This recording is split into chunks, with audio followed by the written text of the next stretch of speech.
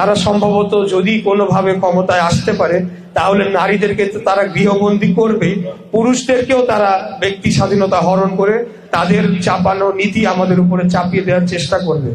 আসন্ন 12ই ফেব্রুয়ারি নির্বাচনের সাথে জড়িয়ে আছে আমাদের অতীত, এটার উপর নির্ভর করছে আমাদের ভবিষ্যৎ।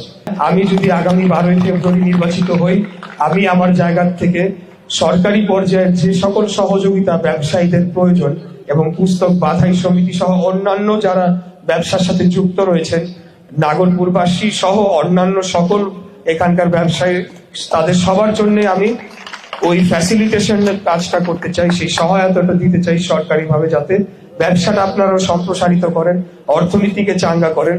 আমাদের এই অঞ্চল দীর্ঘদিন যাবৎ অবহেলিত একটা অঞ্চল।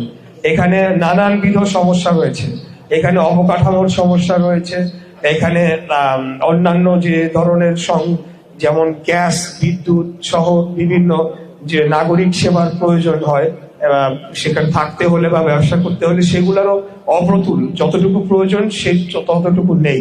তো আমরা এই বিষয়গুলো নিয়ে কাজ করছি এবং পাশাপাশি আমাদের এই অঞ্চলে যানজটের সমস্যা রয়েছে, দূষণের সমস্যা, আইন শৃঙ্খলা পরিস্থিতি যেভাবে উন্নত হওয়ার কথা ছিল সেইভাবে আমরা এখনো করতে পারি নাই। তো এই বিষয়গুলোকে আমরা অগ্রাধিকার দিব।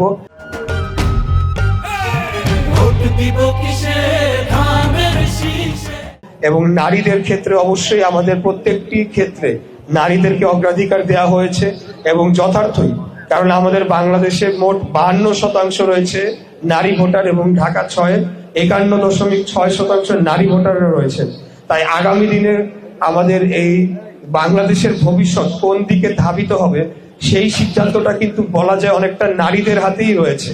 তাই আমি বিশেষ করে নারী সমাজ, আপনাদের মাধ্যমে যারা নারী ভোটাররা রয়েছে ঢাকা 6 এবং সারা বাংলাদেশে, তাদের উদ্দেশ্যে বলবো যে আমাদের প্রতিদ্বন্দ্বী রাজনৈতিক দল বা একাধিক দল যারা রয়েছেন তাদের নারীদের ব্যাপারে সুস্পষ্ট কোনো আমরা নীতিমালা জানি না, কিন্তু আমাদের কাছে মনে হচ্ছে তাদের কথাবার্তা এবং বডি ল্যাঙ্গুয়েজ, বিভিন্ন আচার আচরণে, যে তারা সম্ভবত যদি কোনোভাবে ক্ষমতায় আসতে পারে তাহলে নারীদেরকে তো তারা গৃহবন্দী করবে, পুরুষদেরকেও তারা ব্যক্তি স্বাধীনতা হরণ করে তাদের চাপানো নীতি আমাদের উপরে চাপিয়ে দেওয়ার চেষ্টা করবে।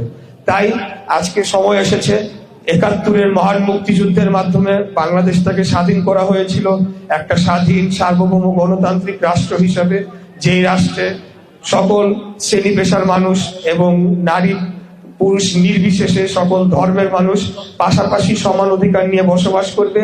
খুব সম্ভবত সেই আমাদের যে আদর্শ সেটাকে আমরা ধরে রাখতে পারবো না, যদি সেটাকে আমরা প্রতিষ্ঠা করতে পারবো না যদি আমাদের যারা প্রতিদ্বন্দ্বী রাজনৈতিক দল তারা কোনোভাবে বাংলাদেশের রাষ্ট্র ক্ষমতায় যায়, তাহলে এখনই তাদের যে ধরনের আগ্রাসীমূলক কথাবার্তা আমরা শুনতে পাচ্ছি সেটা আসলে আমাদের শঙ্কিত করে তোলে। যাই হোক, তারা কিছুই করতে পারবে না। আমার ধারণা যে সারা বাংলাদেশে খুব হাতে গোনা 2, 4, 5, 10টার বেশি পাওয়ার কথা না। তারপরেও আমি বলবো যে আপনাদের মাধ্যমে আমাদেরকে হালকাভাবে কোনো নির্বাচনটিকে দেখার সুযোগ নাই। আসন্ন 12ই ফেব্রুয়ারি নির্বাচনের সাথে জড়িয়ে আছে আমাদের অতীত, এটার উপর নির্ভর করছে আমাদের ভবিষ্যৎ।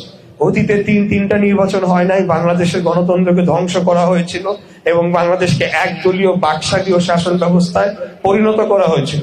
সেটাকে সংশোধন করার জন্য যেমন আগামী 12 ফেব্রুয়ারি নির্বাচনটা সুষ্ঠু, সঠিক এবং বিপুল জনগণের এখানে অংশগ্রহণ থাকতে হবে, পাশাপাশি আগামী দিনে কি আমরা একটা গণতান্ত্রিক বাংলাদেশ পাবো কিনা সেটাও কিন্তু আগামী নির্বাচনের উপর নির্ভর করছে।